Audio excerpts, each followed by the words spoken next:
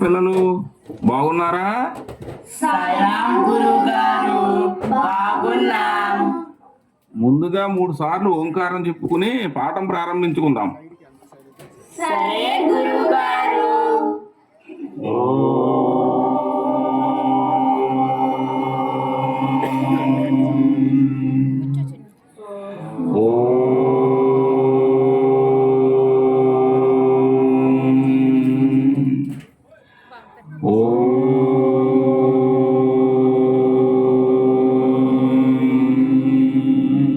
సాయిరాం పిల్లలు, మీరు భగవాన్ శ్రీ సత్యసాయి బాబా వారి బాల వికాస్ తరగతులకు ప్రతి ఆదివారం హాజరవుతున్నారు కదా. మీరు అందులో నేర్చుకున్న శ్లోకాలు, పద్యాలు, భజనలు ఉన్నాయి కదా. అందులో ఒక దానిని చెప్పగలరా? తప్పక చెప్తాం గురుగారు. సాయిరాం గురువు గారు, నేను ఉదయం లేవగానే నా అరిచేతులు చూసుకుంటూ కరాగ్రే వసుతే లక్ష్మి, కర మధ్య సరస్వతి, కర మూల సీతా గౌరి, ప్రభాతే కరదర్శనం అని చెప్పుకుంటాను గురువు గారు. చాలా బాగా చెప్పావు నాయన, సంతోషం. ఆ తర్వాత? సాయిరాం గురువు గారు, నేను పొద్దున్నే లేవగానే భూదేవి ప్రార్థన చేసుకుంటాను గురుగారు.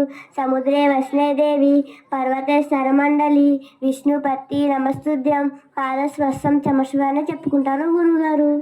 మంచిది తల్లి, చాలా బాగా చెప్పావు. ఆ తర్వాత? సాయిరాం గురువు గారు, నేను స్నానం చేసేటప్పుడు గంగే చే యమునే చేవా, గోదావరి సరస్వతి, నర్మదే సింధు కావేరి, జలస్మయం సందతం కురు అని చెప్పుకుంటాను గురువుగారు. తర్వాత? సాయిరాం గురువు గారు, నేను పడుకునేటప్పుడు రామస్కందం హనుమంతం, వైనుతేయం రుకోదరం, శయనేయ స్మరణం నిత్యం, దుస్వప్నం తస్య నశ్యత అని చెప్పుకుని పడుకుంటాను గురువు గారు. మంచిది మంచిది నాయన, చాలా సంతోషం నాయన. బాల వికాసులో నేను చెప్పిన పద్యాలు, శ్లోకాలు, సూక్తులు, నీతి కథలు ఇవి మీరు ఎల్లప్పుడూ మననం చేసుకుంటూ ఉండాలి. అది మీ జీవితంలో ఎంతగానో ఉపయోగపడతాయి. ఏది ఒక పద్యం చెప్పండి. సాయిరాం గురుగారు, దేవుడనగా వేరు దేశమందున లేడు, దేవుడుండు తనదు దేహమందే, పాపమనగా వేరు పరదేశమున లేదు, తాను చేయు పనులు తగిలియుండు. చాలా బాగా చెప్పావు నాయన. దానికి అర్థం తెలుసా నాయన? దేవుడు వేరువేరు దేశములందు లేడు, మన యందే ఉన్నాడని, మంచి పనులు చేస్తే దేవునికి చేరువవుతావని, చెడ్డ పనులు చేస్తే దేవునికి దూరం అవుతావని, పాపపుణ్యాలు ఎక్కడో దూరంగా ఉండేవి కావని, మనం చేసే పనుల యందే ఉంటాయని దీని అర్థం నాయన. మంచిది మంచిది నాయన. ఇంకెవరైనా ఇంకో పద్యం చెప్తారా?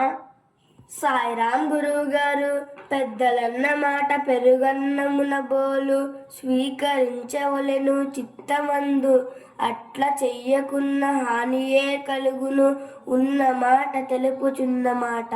మంచిది మంచిది నాయన, చాలా బాగా చెప్పావు.